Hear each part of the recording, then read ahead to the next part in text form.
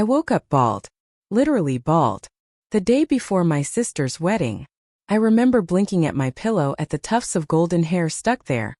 And for a second I thought it was a nightmare. Until I touched my scalp. Smooth. Cold. Stripped. My heart stopped. Then started racing so hard I thought it would explode right out of my chest. I ran to the bathroom mirror. And there it was, my bare scalp staring back at me. Little red nicks where scissors must have slipped. My long hair gone. I didn't scream. I didn't even cry. I just stood there, hands shaking, nausea crawling up my throat. Because deep down I already knew who did this. Mom. And probably Dad standing right by, pretending to be asleep. I tiptoed down the hall. The house was still. Too still. I opened their bedroom door. There they were, my parents, snoring like they hadn't just destroyed me. I whispered, Why would you do this to me? My mom didn't even flinch. She cracked open one eye, smirked and said, Sweetie, it's just hair. Now maybe someone will finally pity you. Your sister deserves her moment. Dad chimed in, eyes still closed. It's justice, Emily. Your sister has always felt overshadowed by you. This is her day. Don't ruin it. And that was it.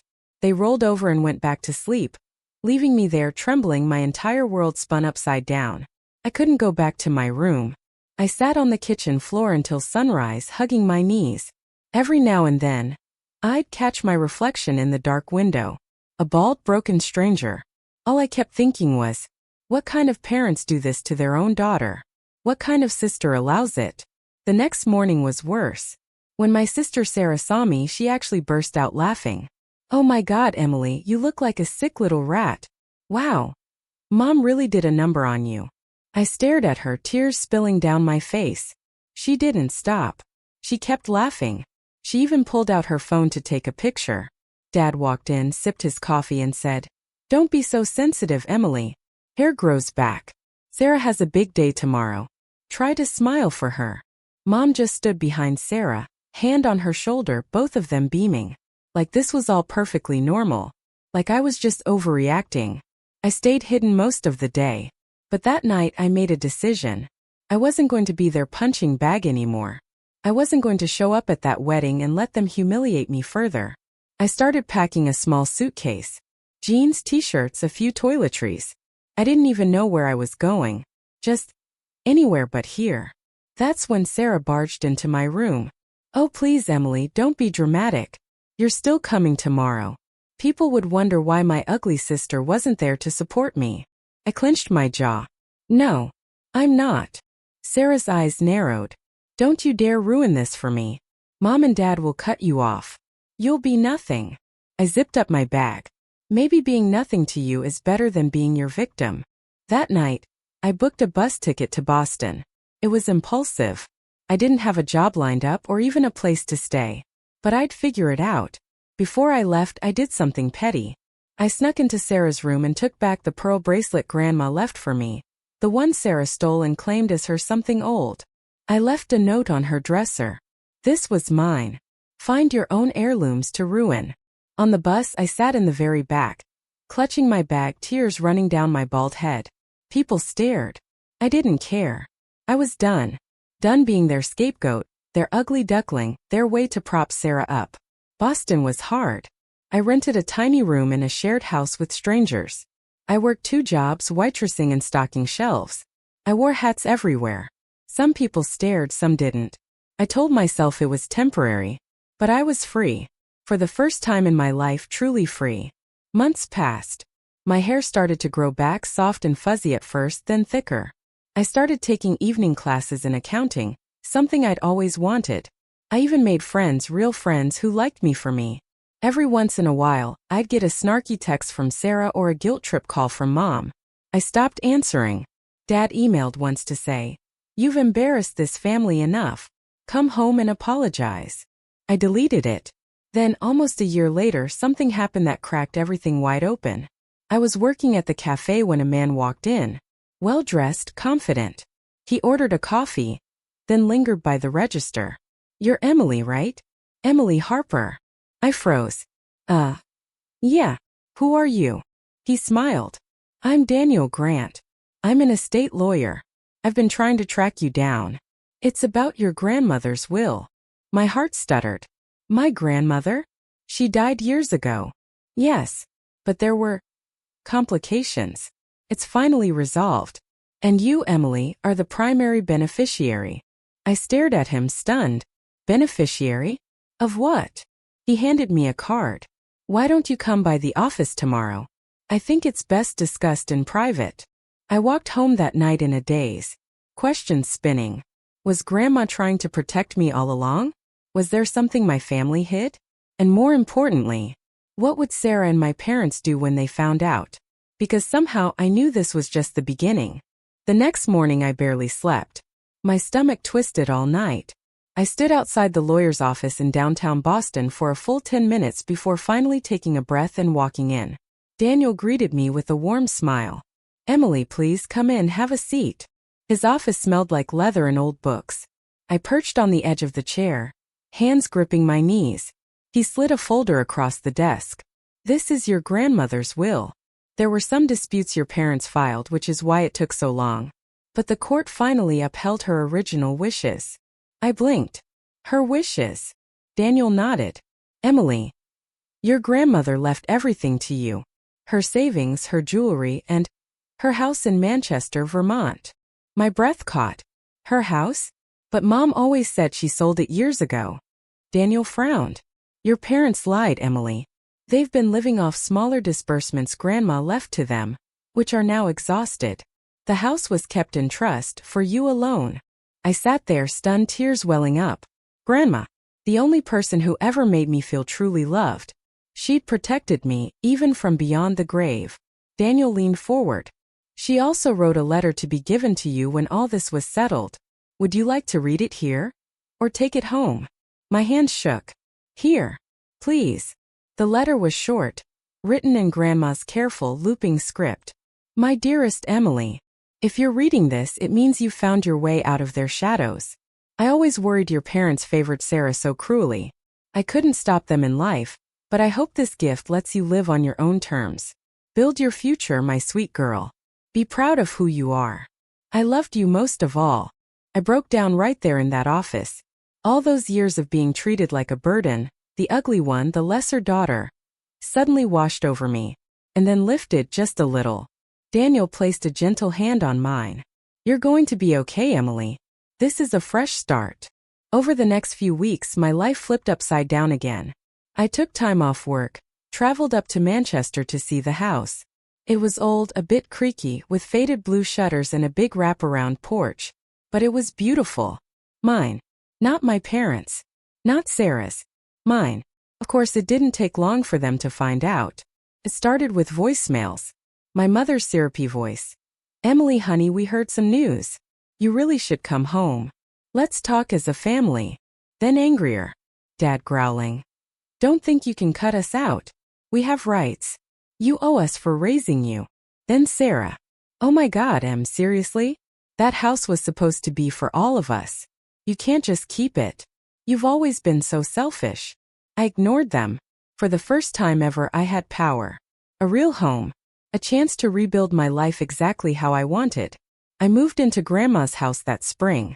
Painted the kitchen yellow, planted wildflowers along the fence. I started doing small accounting contracts from home.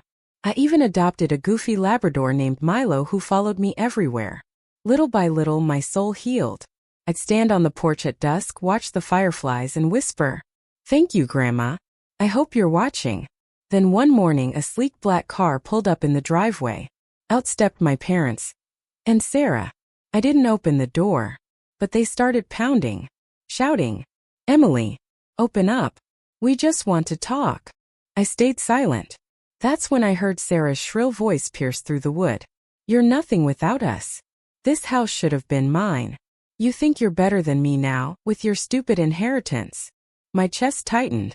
Years of wounds threatened to reopen. But then, I breathed.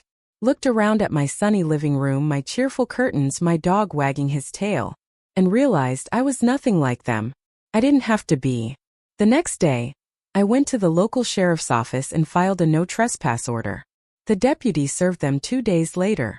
I heard Sarah threw a tantrum on the lawn, screaming that she'd contest everything in court. But Daniel was brilliant. He made sure every inch of Grandma's estate was ironclad. They didn't stand a chance. A month later I got one last letter. Scrawled in Mom's handwriting. We tried everything for you. You were always ungrateful. Sarah is devastated. We're cutting you off for good. Don't ever contact us again. I laughed. Because they were cutting me off? After everything they'd done to me? It was almost funny. So that was it. The final severing of ties. No more games. No more guilt. No more hoping they'd change. I was free. Truly finally free. I wish I could say it didn't hurt. That I never cried again. But sometimes I still did. Grief for the family I never really had. Then I'd wipe my tears, step outside and watch Milo chase butterflies through the yard. And I'd remember. I had built something better. A life of peace. A home where love actually lived, even if it was just me and my dog. But my story doesn't quite end there. Because a year later I got a call that would change everything again. A call that would finally bring all my pain full circle. And hand me a chance for a sweeter kind of revenge than I ever imagined. It was a Tuesday morning. I was sipping coffee on the porch, watching Milo chase a squirrel up a tree, when my phone rang. Boston area code. For a second my stomach twisted. Was it some leftover piece of estate paperwork? Another scheme from my parents? I answered cautiously. Hello. A woman's voice, bright and professional. Hi, is this Emily Harper? Yes. Who's calling? This is Lisa from Brantley & Company. We're a recruitment firm. We found your profile through a colleague. Would you be interested in discussing a senior accounting role? It's with a hospitality group expanding into Vermont. I blinked. Wow. That's unexpected. Can you tell me more? We set up an interview for the following week. I didn't dare get my hopes up. But when I walked into that sleek office in Burlington, something inside me clicked. They loved my freelance portfolio. They loved my scrappy resilience. By Friday I had a job offer, twice the pay I was making cobbling together small contracts. I cried happy tears all the way home. It felt like life was finally rewarding me for surviving. Then came the kicker. 2 months into the new job, my boss invited me to an annual leadership dinner at this fancy mountain lodge. I showed up in a simple navy dress, my hair now shoulder length and healthy, feeling proud of how far I'd come. I was mingling near the bar when I heard a voice behind me. Emily? Emily Harper. I turned and nearly dropped my glass. It was Sarah, wearing a tacky sparkly cocktail dress that screamed desperation, clinging to the arm of a paunchy older man who looked vaguely familiar. She blinked. Oh my God. What are you doing here? I smirked. I work here. Well, for the parent company. What about you? Her smile froze. We're guests. My husband is hoping to secure funding for his chain of boutique hotels. That's when it clicked. I'd seen his name in an internal proposal memo. Their group was on the verge of bankruptcy, begging for investors. One of the reasons my company was expanding, to scoop up distressed assets. I couldn't help it. I leaned in, dropped my voice. Careful, Sarah. These people aren't known for forgiving debts. Or poor management. Her face went pale. She opened her mouth, closed it again. I gave her a tight smile and walked away, my heart racing in the most delicious way. A week later, the internal deal closed. My company acquired her husband's failing portfolio for pennies on the dollar. Rumor was they were left holding massive personal guarantees. Practically ruined. 2 days after that, I got an email from Sarah. A pathetic, rambling plea. Emily, please, you have to help us. I know you're involved somehow. Tell your people to reconsider. Mom and Dad are terrified. This could destroy us. I'm your sister. I'm begging you. For the first time in my life, I felt nothing but calm. No guilt. No longing. Just a quiet certainty that this was their own doing. I typed back a single line. I learned from the best. You taught me exactly how to watch someone else's life burn without lifting a finger. Good luck, Sarah. Then I blocked her and took Milo for a long walk by the lake. That night I stood on the porch under a sky full of stars. I thought about that scared, bald girl who ran from her family in the middle of the night with nothing but a suitcase. How she'd built a life for herself. How she'd found her own power. Not by becoming cruel like them, but by holding her boundaries, by letting karma do what it does best. I wasn't bitter anymore. Just grateful. Grateful for Grandma's love. Grateful I'd gotten away. Grateful that sometimes, justice doesn't come through angry confrontation, but through quietly thriving while the people who tried to break you finally face the cost of their own actions. Milo nudged my hand, looking up with big goofy eyes. I laughed, ruffled his ears, and whispered, "We're okay now, buddy. We're more than okay. We're finally free." And that was the best revenge of all.